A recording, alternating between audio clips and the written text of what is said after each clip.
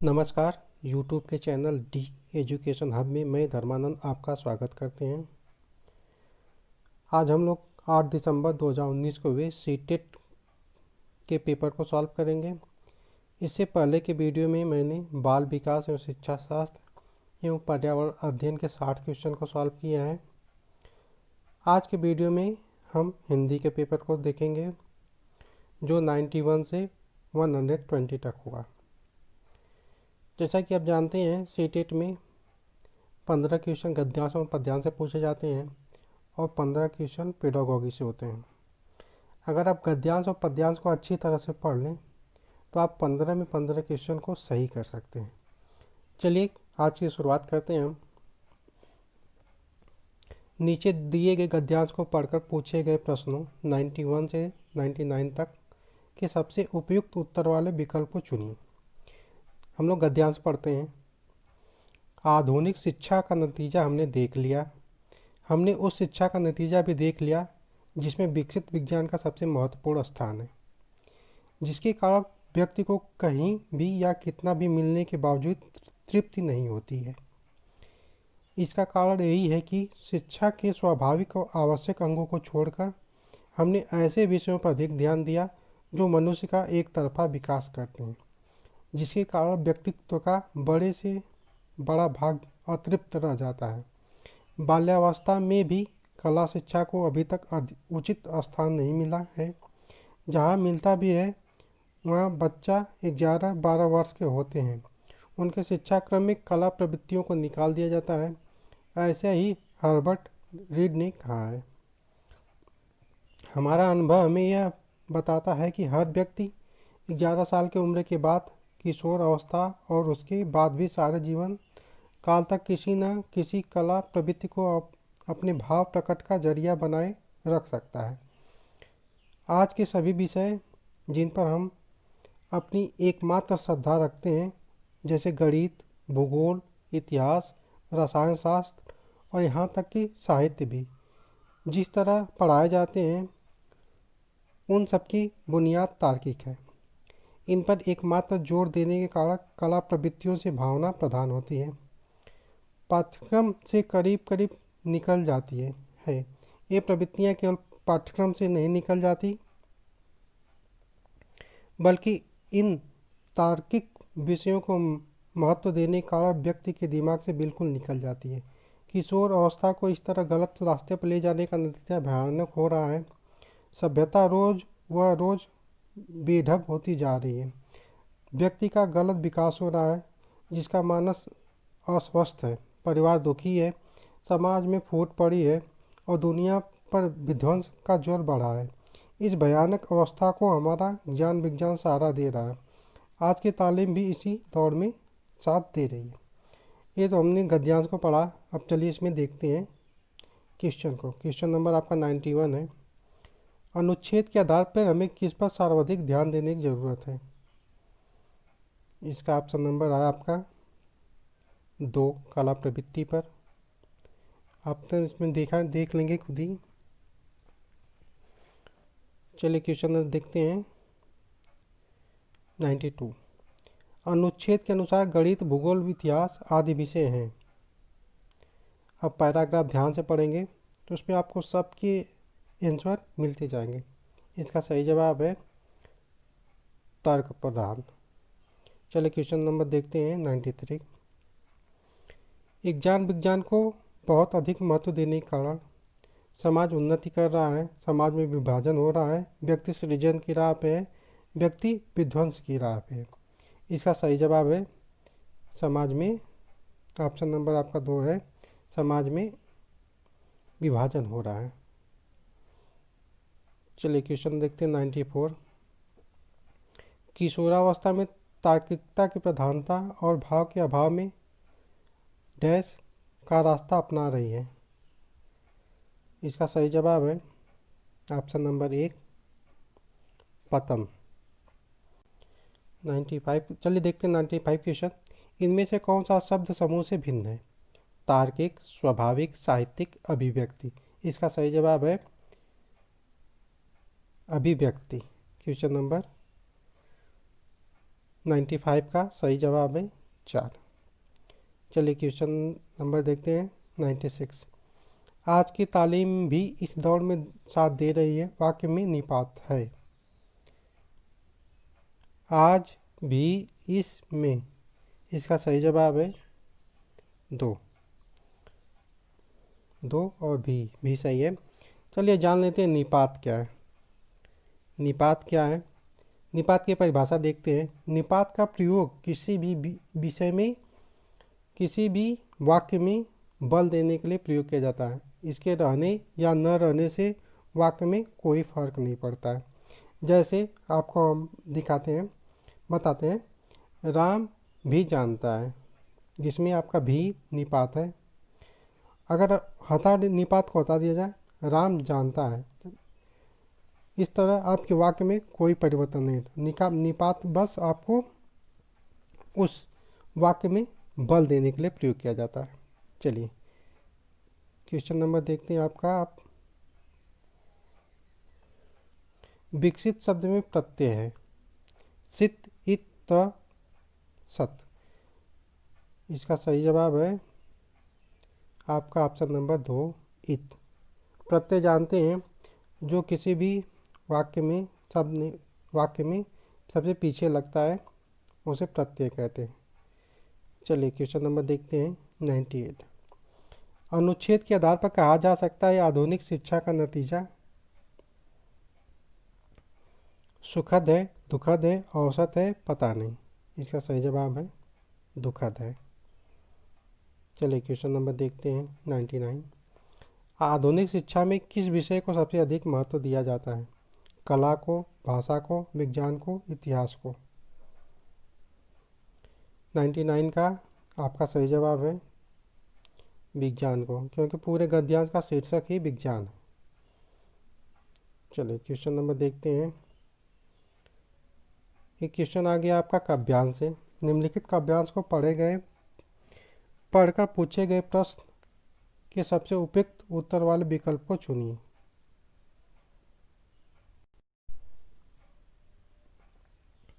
पहले हम पद्यांश को पढ़ेंगे।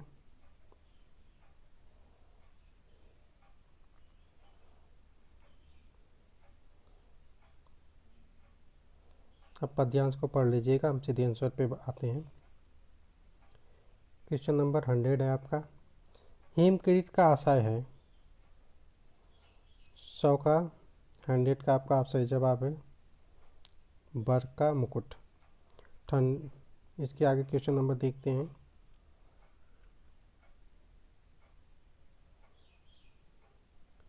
(101) नगपति का विग्रह और समास होगा। रत्नो, नग का पति तत्पुरुष। नगो पर्वत का पति जो है कर्मधार है। नगो पर्वत का पति तत्पुरुष। नगो का पति है जो ऐसे बहुब्री। इसका सही जवाब है ऑप्शन नंबर 3, नगो पर्वत का पति तत्पुरुष। चलिए क्वेश्चन नंबर देखते हैं 102। किस पंक्ति में कहा गया कि हिमालय की शक्ति ज्वालाओं का ढेर है? युग उग अजय, नरबद मुक्त, मेरे भारत के दिव्य भाल, पौरस के पंजीभूत ज्वाल, साकार दिव्य गौरव विराट। 102 का सही जवाब है आपका ऑप्शन नंबर 3, पौरस के पंजीभूत ज्वाल। चलिए देखते हैं अगला क्वेश्चन 103। जिसे जीता न जा सके, इसके लिए कविता में कौन सा शब्द प्रयुक्त हुआ है? अजय, अखंड, अमर, दिव्य। इसका सही जवाब है ऑप्शन नंबर 1, अजय। 104 क्वेश्चन देखते हैं। नसीम शब्द में कौन सी संधि? स्वर संधि, व्यंजन संधि, विसर्ग संधि, दीर्घ संधि। इसका सही जवाब है आपका विसर्ग संधि। 105 हिमालय को यतिवर कहकर संबोधित किया है क्योंकि वह भारत का प्रहरी है, पर्वतों का स्वामी है, समाधि में लीन है, समस्या का हल ढूंढ रहा है। आपका सही जवाब है ऑप्शन नंबर 3, समाधि में लीन है। चलिए अब आगे 15 क्वेश्चन आपको पेडागोजी से मिलेंगे, उसको देखते हैं। Question number 106। प्राथमिक स्तर पर बच्चों की भाषा का आकलन करने का उद्देश्य है उनकी पठन क्षमता का आकलन, उनकी भाषा प्रयोग की क्षमता का आकलन, उनकी लेखन क्षमता का आकलन, उनकी बोलने की कुशलता का आकलन। इसका सही जवाब है उनकी भाषा की क्षमता का आकलन। ऑप्शन नंबर 2 सही है। चलिए देखते हैं 107। इनमें से कौन सा भाषा आकलन में सबसे कम प्रभावी तरीका है? कहानी कहना, कहानी लिखना, घटना वर्णन, श्रुतलेख। इसका सही जवाब है आपका ऑप्शन नंबर 4 श्रुतलेख। चलिए देखते हैं 108। आकलन की प्रक्रिया में केवल बच्चे की क्षमताओं का आकलन नहीं होता बल्कि शिक्षक की शिक्षण प्रक्रिया का भी आकलन होता है। यह विचार पूर्णतः सही है, अंशतः सही है, पूर्णतः गलत है, निराधार है। इसका सही जवाब है आपका पूर्णतः सही है। चलिए देखते हैं क्वेश्चन नंबर 109। रीमा ने तीसरी कक्षा में पढ़ने वाली रितिका की भाषा क्षमता, भाषा निष्पादन संबंधी क्रमिक प्रगति का ब्यौरा उसके अभिलेखों को दिया। रीमा ने खाली जगह के आधार पर यह जानकारी दी। अवलोकन, पोर्टफोलियो, जांच सूची। चौथा है लिखित परीक्षा। इसका सही जवाब है आपका पोर्टफोलियो। ऑप्शन नंबर 2 सही है। चलिए क्वेश्चन नंबर देखते हैं 110। पहली कक्षा में खाली जगह भी लिखना के अंतर्गत आता है। वाक्य लिखना, शब्द लिखना, अक्षर बनाना, चित्र बनाना। आपका सही जवाब है ऑप्शन नंबर 4 चित्र बनाना। चलिए क्वेश्चन नंबर देखते हैं 101। चलिए क्वेश्चन नंबर देखते हैं आपका 111। प्राथमिक स्तर पर सीखने में सबसे कम महत्वपूर्ण है अनुमान लगाना, संदर्भानुसार अर्थ, अक्षरों की पहचान, पढ़ने का उद्देश्य। इसका सही जवाब है आपका ऑप्शन नंबर 3 अक्षरों की पहचान। देखते हैं 112। भाषा अर्जन क्षमता किसके साथ संबंधित है? पियाजे, चमस्की, स्किनर और बूंदर। इसका सही जवाब है आपका ऑप्शन नंबर 2। जहाँ भी भाषा की बात करें, भाषा विकास की बात करें, वहाँ हमेशा चमस्की महोदय आते हैं। चलिए क्वेश्चन नंबर देखते हैं 130। प्राथमिक स्तर पर भाषा सीखने में भाषा संबंधी कौन सा संसाधन सर्वाधिक महत्वपूर्ण है? कंप्यूटर, बाल साहित्य, समाचार पत्र, टेलीविज़न। इसका सही जवाब है ऑप्शन नंबर 2 बाल साहित्य। चलिए देखते हैं 114। बच्चे अपनी मातृभाषा का प्रयोग करते हुए हिंदी भाषा की कक्षा में अपनी बात कहते हैं। यह है स्वाभाविक, निंदनीय, विचारणीय, अनुचित। इसका सही जवाब है ऑप्शन नंबर आपका 1 स्वाभाविक। चलिए क्वेश्चन नंबर देखते हैं 115।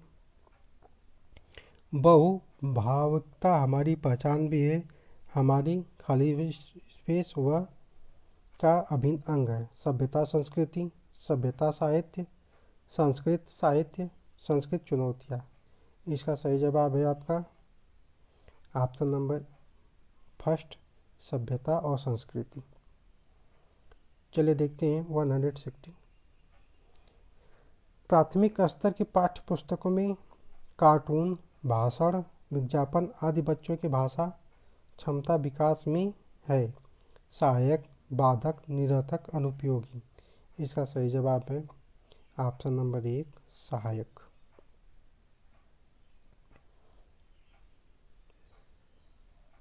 चलिए देखते हैं 117। पाँचवीं कक्षा के सुहानी पाँचों की ने आँखें दोनों शब्द आदि शब्द लिखती हैं। आप सुहानी के लेखन क्षमता के बारे में क्या कहेंगे? यह अनुनासिक चिन्ह का प्रयोग बिल्कुल नहीं जानती। यह अनुनासिक चिन्ह के प्रयोग के प्रति सजग है। वह अनुनासिक चिन्ह के प्रयोग के प्रति लापरवाह है। वह अनुनासिक चिन्ह के नियम का अति सामान्यीकरण करती है। इसका सही जवाब है आपका ऑप्शन नंबर 4। वह अनुनासिक चिन्ह के नियम का अति सामान्यीकरण करती है। चलिए देखते हैं 118। विद्यालय में भाषा शिक्षण के लिए कोई कार्यक्रम शुरू करते समय सबसे महत्वपूर्ण है बच्चे के लिखित क्षमता को पहचानना, बच्चे की सहज भाषाई क्षमता को पहचानना, बच्चे की सहज मौखिक अभिव्यक्ति को पहचानना, बच्चे की पठन क्षमता को पहचानना। 100 का आपका सही जवाब है ऑप्शन नंबर 2, बच्चे की सहज भाषाई क्षमता को पहचानना। चलिए देखते हैं 119। कई बार बच्चे जब स्कूल आते हैं तो 2 या 3 भाषाओं को खालिस्तान और बोलने की क्षमता से लैस होते हैं, पढ़ने, लिखने, रटने, समझने। इसका सही जवाब है ऑप्शन नंबर 4, समझने। चलिए वह देखते हैं 120। किसी विषय को सीखने का मतलब उसकी खालिस्तान को सीखना, उसकी को सीखना। ऑप्शन नंबर 1, अवधारणाओं, विषय वस्तु उपयोगी, अवधारणाओं, शब्दावली विषय। इसका सही जवाब है आपका ऑप्शन नंबर 3, अवधारणाओं शब्दावली। आज के वीडियो में बस इतना ही। अगले वीडियो में हम लोग देखेंगे मैथ के क्वेश्चन को। धन्यवाद।